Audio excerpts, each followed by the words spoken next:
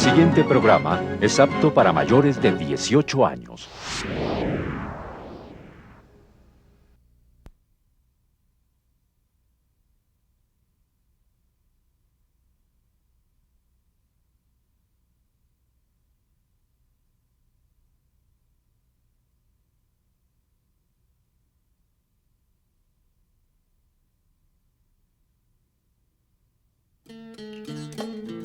El Programa Andino para la Democracia y los Derechos Humanos de la Unión Europea en Colombia y las organizaciones que lo conforman presentan.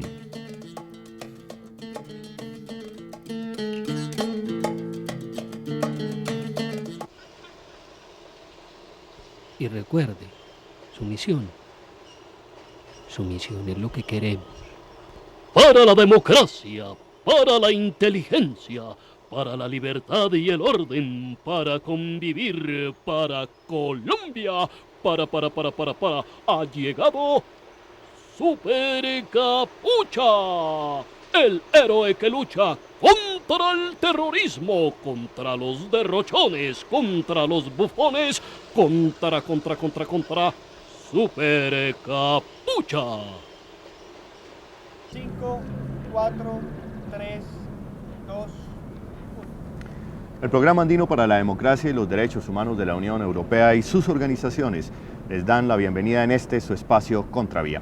Hace algunas semanas, Naciones Unidas dio a conocer el Informe de Desarrollo Humano, uno de los informes quizás más importantes sobre esta materia que se ha construido y se ha hecho en los últimos años. Ese es nuestro tema de hoy en Contravía. Bienvenidos.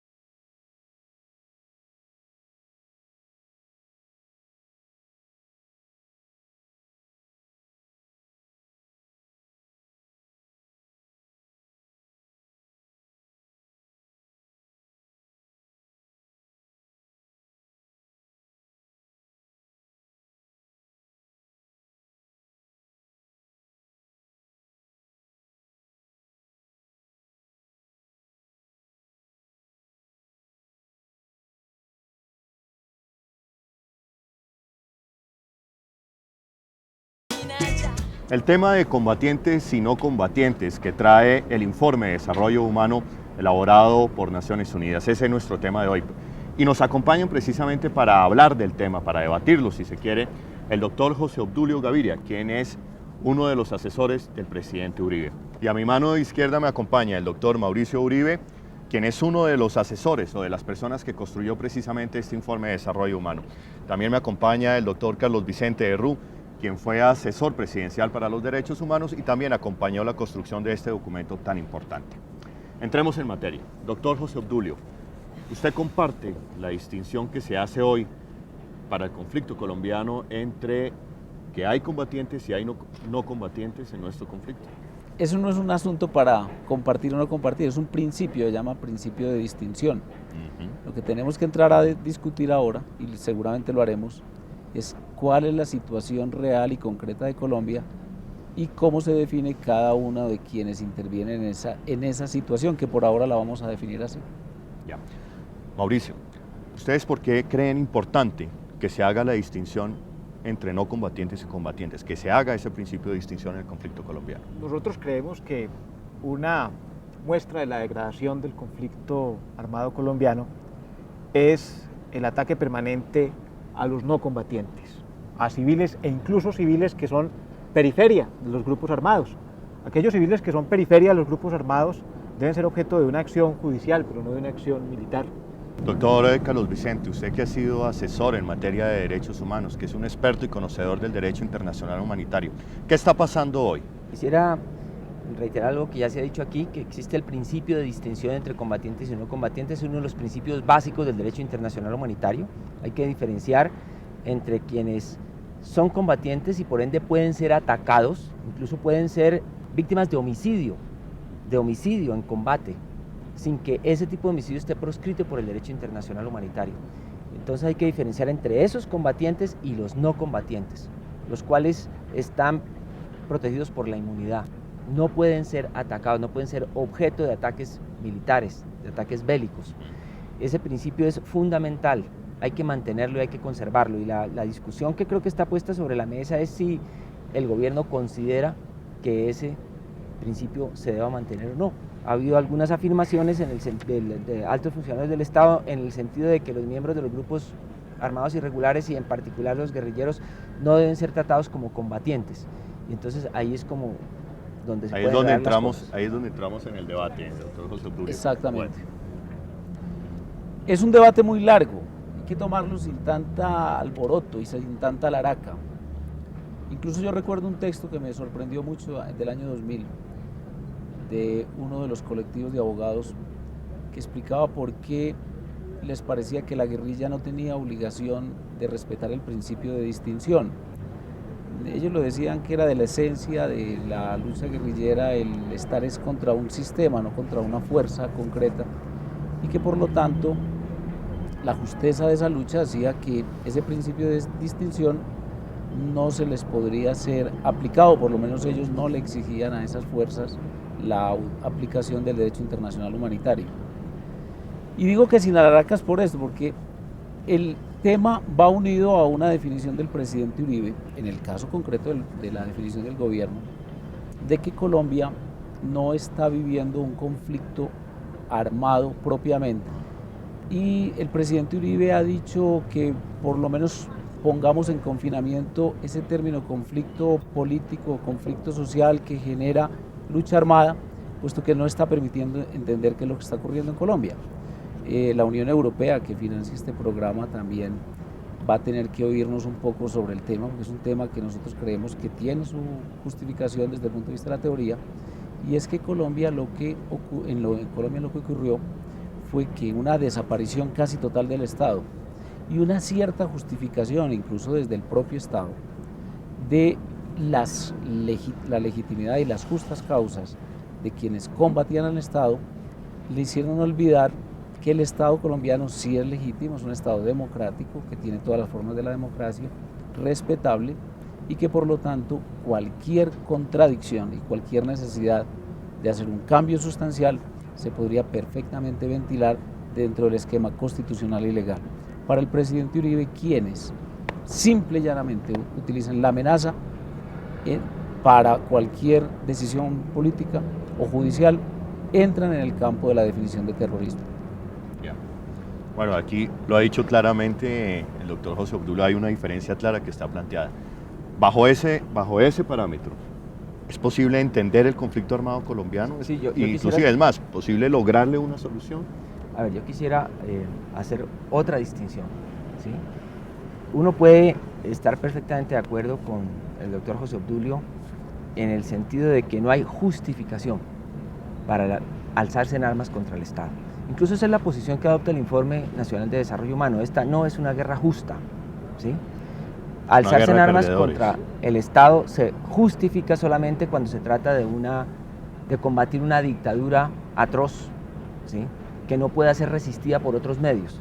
Y como lo dice el informe, esas condiciones no se dan en Colombia. Entonces uno puede perfectamente recuperar esa parte del planteamiento de José Obdulio, en el sentido de que no se justifica alzarse en armas contra el Estado. Y quienes se alzan en armas contra el Estado deben ser combatidos de acuerdo con la Constitución, ¿sí?, con una Constitución que la abrumadora mayoría de los colombianos respaldamos y apoyamos. El Estado social de derecho debe defenderse de quienes se alzan en armas contra él. Ese es un punto que compartimos muchísimos. Ahora, eso no significa que el hecho de que todo el que se alza en armas contra el Estado de manera injustificada, entonces merezca ser considerado de una manera generalizada como terrorista, ¿sí? Ni significa tampoco que se deba considerar que esos que se alzan injustificadamente contra el Estado están inmersos no en un conflicto, sino en una lucha delictiva o propia de la delincuencia común. Yo creo que, en síntesis, plantearía que estamos en una guerra injusta.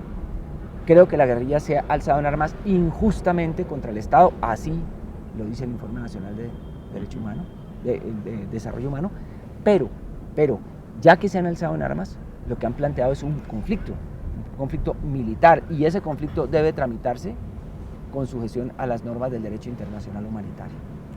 Yo quiero recalcar algo. El conflicto colombiano es un conflicto complejo y la dimensión de terrorismo es apenas una dimensión dentro de un complejo más multifacético, digámoslo así. Por supuesto, recalco lo que afirmaba Carlos Vicente, esta es una guerra injusta porque Colombia, con todas sus fallas, es una democracia, es una guerra injusta porque los actores armados, muchos de ellos no respetan el derecho internacional humanitario y porque el daño que causan es superior a cualquier beneficio que se pueda obtener. Por esas tres razones básicamente afirmamos que es una guerra injusta. Pero también afirmamos que es un conflicto porque es complejo, porque los grupos armados tienen múltiples caras. Nosotros hablamos de una suerte de monstruo de 8 caras.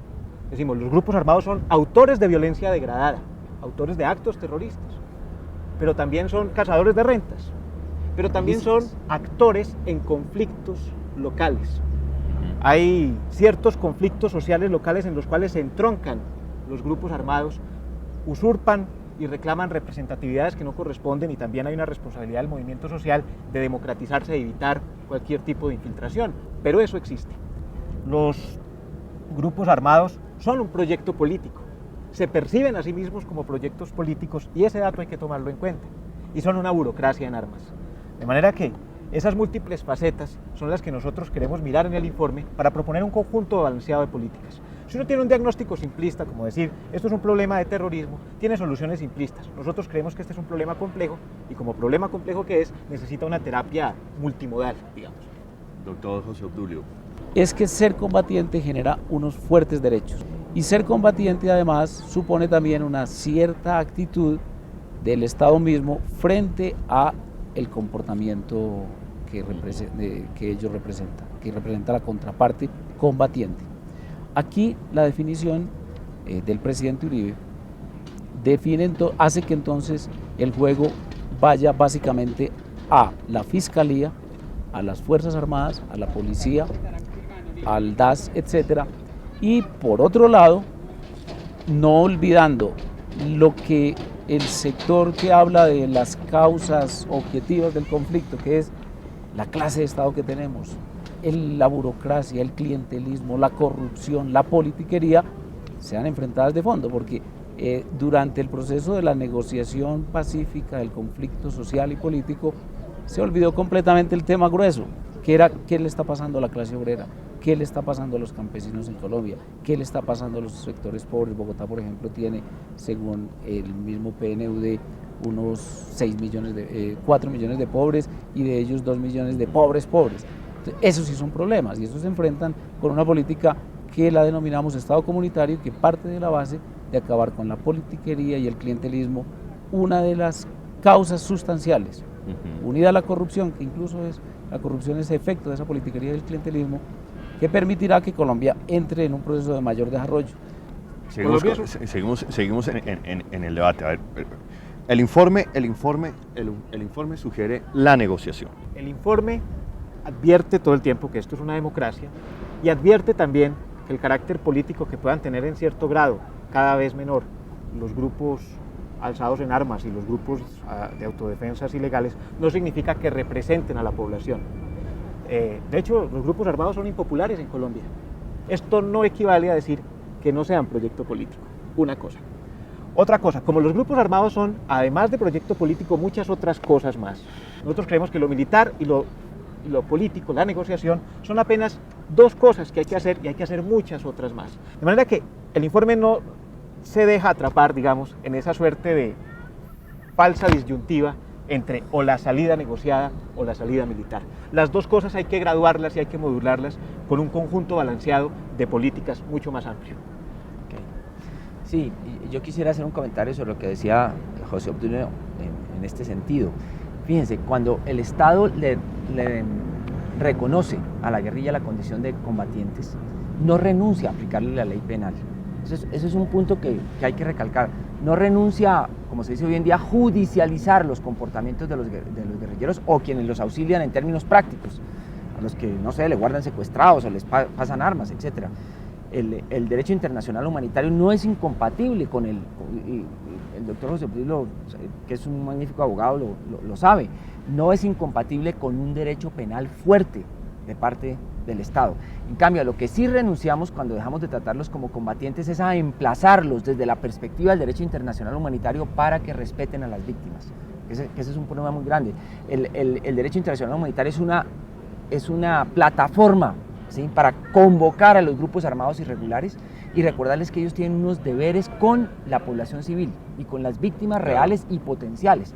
Entonces, cuando los acorralamos en la condición de terroristas, como que los demonizamos, les ponemos todas las perversidades, ¿sí?, todas las marcas de maldad, los marcamos con eso y dejamos de comunicarnos con esa longitud de onda humana que todavía nos permitiría decirles, miren señores, adelanten su guerra, vamos a confrontar esa guerra, los vamos a perseguir a ustedes penalmente, pero de cualquier manera ustedes están obligados a respetar unas normas básicas de comportamiento humano en relación con la población civil. Maravilloso, porque creo que queda completico el análisis, queda integrado el contradictorio, Carlos Vicente. Esa es uso una palabra maluca, ingenuidad de ese punto de vista. El gobierno nacional, las Fuerzas Armadas, la Fiscalía, no espera comportamientos respetuosos del derecho internacional humanitario por parte de quienes están actuando hoy en la guerrilla. Básicamente, nadie ha podido convencerlos de que dejen de secuestrar, el crimen más horrible, el delito siciliano. Ha sido imposible convencerlos de que no destruyan los bienes de la población. El gobierno le ha tocado ir a reconstruirlos. Ustedes mismos estuvieron muy activos en los gobiernos en donde le tocó a Carlos Vicente actuar. Y el gobierno actual sigue lo mismo, simplemente que de su lenguaje se deducen con políticas distintas. Por ejemplo, el presidente Uribe nunca habla de los combates militares, de la política de guerra, de una confrontación que permita pensar como en la época romántica entre dos ejércitos que además se abrazaban. Es que las cartas de Bolívar a Barreiro son bellísimas y Barreiro fue el peor asesino que pisó estas tierras. Doctor José Obdulio, perdón, ¿y entonces por qué están involucradas las fuerzas militares en esa pelea? Porque tal como usted lo plantea, de una pugna, no hablemos de conflicto, de una pugna entre delincuentes, terroristas, ¿sí?, y el Estado, eso lo debería manejar entonces la policía, simplemente es un problema policial. Perfecto, buen problema, puesto que el asunto es grave. Es que no podemos negar que el asunto sea grave. El hecho de que nosotros o el presidente Uribe hable de que no hay un conflicto político y social armado, no quiere decir que no desconozca la gravedad del asunto. Incluso se está volviendo canoso con el problema. Lo que sí sabe es que el problema era falta de presencia estatal. Entonces, el presidente Uribe recibió Colombia con 200 municipios sin policía y ejército, o sin una u otra. Hoy quedan unos 17 sin presencia de unos u otros. Está haciendo simplemente un ejercicio legítimo, volver a que haya Estado. Yo recuerdo una figura que Hobbes traza para lo que son las sociedades sin Estado. La vida sin Estado es sórdida, bestial y breve. Colombia tenía una vida sórdida, bestial y breve en muchas aldeas, en muchos municipios, y la ha venido recuperando. Uno ve el ánimo, el entusiasmo, y el Estado se está haciendo presente en todos los sitios. El problema es un poco el fiscal, que tiene su contrapartida en la corrupción, en la politiquería y el clientelismo, pero solucionados los problemas, ojalá con la Unión Europea ayudándonos y con los norteamericanos y con todo el mundo, lograremos un Estado muy sonriente, muy alegre, que haga que la gente tenga una mirada mucho más simpática, mucho más abierta frente a los problemas del país. Ajá, sí. No, mija, me contaron que ella llena la despensa. Ay, pero se demora. Sí, mija. Bueno, chao. Por todos los ponchos, nunca sospeché que esta mujer con cara de yo no fui fuera en realidad la que estuviera planeando el atentado contra el general. Demora no me faltó como informante y me dirigí a seguir las pistas que me conducirían a evitar dicho atropello y lograr, de paso, mi reactivación económica. Mis datos eran fidedignos. Tomé medidas drásticas y me camuflé entre la población civil. La suerte estaba echada. Una sórdida cafetería sería el punto de encuentro con sus compinches. ¿Acaso todas estudiaban secretariado o eran simples aprendices de correos? ¡Qué hostilidad! Doctor José Obdulio, es cierto, se ha recobrado la gobernabilidad en ciertos sectores del país, la policía ha vuelto, el ejército ha hecho un esfuerzo, pero lo que uno siente, lo que uno percibe es que todo el esfuerzo está en la seguridad, que el gobierno insiste y cree, parece ser, en que se puede derrotar a la guerrilla por la vía militar sin dejar, cerrando otras ventanas, cerrando otras puertas. Bueno, piense esto, lo que nunca debió pasar es lo que pasó. El Estado tiene que estar presente en toda parte. La democracia no es un mal necesario, es lo mejor, el mejor invento de la humanidad. Y la democracia implica libertad y orden. Eso no es una dicotomía como tontamente pensamos muchas veces los colombianos. Entonces el gobierno no está solamente en el tema libertad y orden, está también en el tema del desarrollo, el desarrollo humano, que es el núcleo del informe de Hernando, Mauricio y Carlos Vicente. Y ese tema sí que se está trabajando con harta energía, de manera que no. Por ejemplo, en los consejos comunales nunca se habla del tema de seguridad, nunca. ¿Por qué? Porque es que el problema de la educación, de la salud, del agua potable, de las vías, de toda la infraestructura, es el problema crucial de Colombia hoy y se está enfrentando. Ustedes en el informe, si lo he entendido y lo he leído bien, dicen que la base para ese desarrollo humano es precisamente tener muy claro este conflicto. Claro, hay que tener claro el conflicto y tener claro que es importante la seguridad y que no se puede continuar manteniendo los temas de seguridad y justicia al margen de la discusión pública. El informe propone cuidar a la gente, construir un sistema de seguridad y justicia penal integral que balancee mejor las funciones entre ejército y policía, que no haya funciones sobredimensionadas y otras desatendidas. Propone mayor equidad en la financiación del bien público de seguridad y justicia y en la prestación del servicio, porque, digamos, una condición necesaria para el desarrollo humano, es decir, para la ampliación de las opciones de la gente, es la existencia de la seguridad humana, es decir, una suerte de libertad negativa en términos de ausencia de coerción, que haya garantías plenas para la propia existencia, la seguridad en la vida cotidiana. Por supuesto, entonces, el tema de la seguridad no se le puede dejar solamente a las fuerzas militares, al Ministerio de Defensa, sino que es un tema público. Usted le iba a agregar algo. Sí, a ver, yo creo que yo no estoy de acuerdo con un razonamiento que dice, mire, la guerrilla comete todas las perversidades. Entonces es ingenuo hacer cualquier intento de que se sometan al derecho internacional humanitario. Yo creo que la cosa no es tan simple. Todos los días en Colombia, si uno educa la mirada para detectar eso, ¿no? Si uno educa la mirada para eso, todos los días en Colombia ocurren cosas interesantes en lo que podemos llamar construcción de campo humanitario.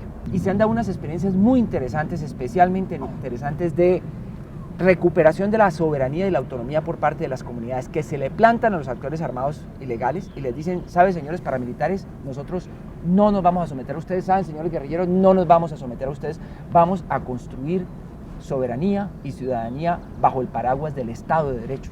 Eso está ocurriendo todos los días en el país y quieran lo que no, los actores armados se lo tienen que aguantar. A ellos no les gusta porque lo que quieren es sojuzgar a las comunidades, ¿sí? Sí, eso... Imponerles unas condiciones de dominio. Ese campo humanitario? No, de ninguna manera. Pero yo quisiera añadir algo. La diferencia un poquito, Carlos, puede ser esta, que tu énfasis es en lo conversadito. Y el énfasis de Uribe es en la presencia de la policía, del ejército. Las dos cosas se necesitan. No son excluyentes de ninguna manera. No son excluyentes. Pero parten de la base... Déjame reconocerle algo al gobierno, José Obdulio. El gobierno ha tenido la sabiduría de no perseguir eso, de no prohibirlo, como en su momento lo hizo otro gobierno, claro, ¿sí? Que proscribió esas aproximaciones. Este gobierno hubiera podido decir, bueno, yo tomo nota de eso y le corro traslado a la fiscalía, etcétera, porque eso es encubrimiento, charlar con la guerrilla. Ha tenido la sabiduría de no proscribirlo, pero lo debería alentar, ¿sí? Lo que pasa es que muchas de esas actuaciones tienen un costo. Por ejemplo, hay costos que el Estado no puede pagar. Hay una forma fácil de evitar que haya víctimas, es retirar la fuerza pública, ¿sí? Entonces entra la guerrilla o entran los paramilitares y dominan, etcétera. Ese costo no se puede pagar. Hay costos políticos que no se pueden pagar. La guerrilla a veces busca que por pequeñas concesiones humanitarias tenga un pantallazo y un protagonismo que no se le puede regalar en contrapartida, insisto, de pequeñas concesiones humanitarias. Entonces, en cada caso hay que hacer un balance entre lo que se cede en el plano humanitario y se arranca de la guerrilla de los paramilitares en el campo humanitario y lo que se entrega política o militarmente desde el Estado.